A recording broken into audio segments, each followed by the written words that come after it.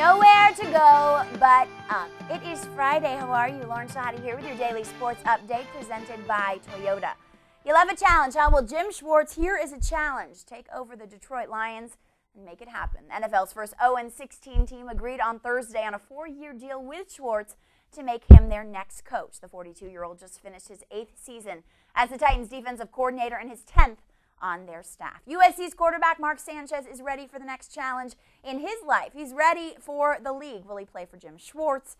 It's too early to tell, of course, but he has decided to forego his senior season and enter the NFL draft, a decision that goes against the advice of his head coach Pete Carroll. Coming off a record-setting Rose Bowl, Sanchez says, "It is with a heavy heart that I say goodbye to this university, but I can't tell you how excited I am for this dream to come true." Well, it is true, Gator fans. Percy Harvin will no longer live in the 3-5-2. The junior playmaker said Thursday he is leaving school early to take the next step in his career.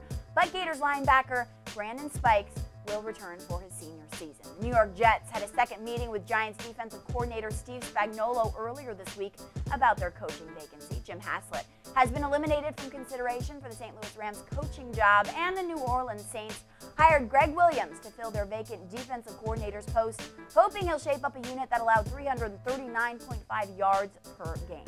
Hoops now for UNC, an 0-3 start in the ACC if avoidable was necessary, and so they gave Tyler Hansbrough the basketball and just let him run amok. A big old batch of Hansbrough and Ty Lawson made it all better again for the Tar Heels, at least last night. Their struggles seem to be over. Hansbrough scored 28 points. Lawson had 19 with 9 assists. The number 5 Tar Heels beat UVA 83-61 to snap a surprising 2-game losing streak in the ACC. Cavs head coach was more than impressed with Lawson. He said post-game, "I'm not sure I've seen a better dictated, orchestrated game from a point guard than I did tonight from Ty Lawson. He was better than advertised."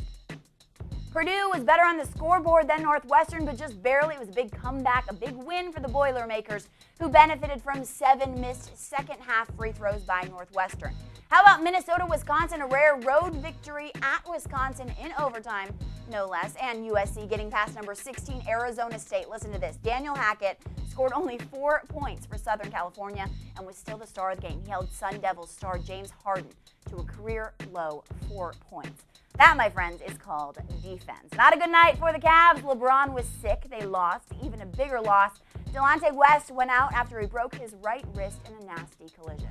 Here's another overtime. Chauncey Billups was sick in this one as well. What is going on?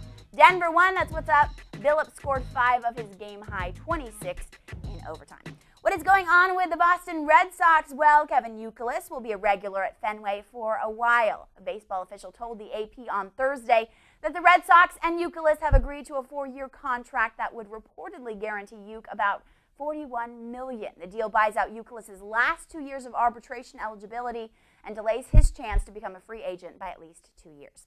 More baseball news. After signing a 2-year, $36.2 million deal with LA, the Dodgers have cut outfielder Andrew Jones, who struggled last year with a .154 average in only 75 games. Michael Young has decided to accept the Rangers' decision, move to third base. The 5-time All-Star shortstop will move to third, likely ending talks of a trade. David Eckstein has signed a 1-year deal to play second base for the Padres. And the latest news in the Roger Clemens saga, convicted steroids dealer Kirk Radomski was brought in front of a grand jury on Thursday. A federal grand jury has been asked to determine whether Clemens should be indicted on charges of lying to Congress last year when he denied using steroids and the human growth hormone. Well, it is Friday. Get out of here, will you? Have a wonderful weekend. I'm Lauren Shehadi. I'll see you next week.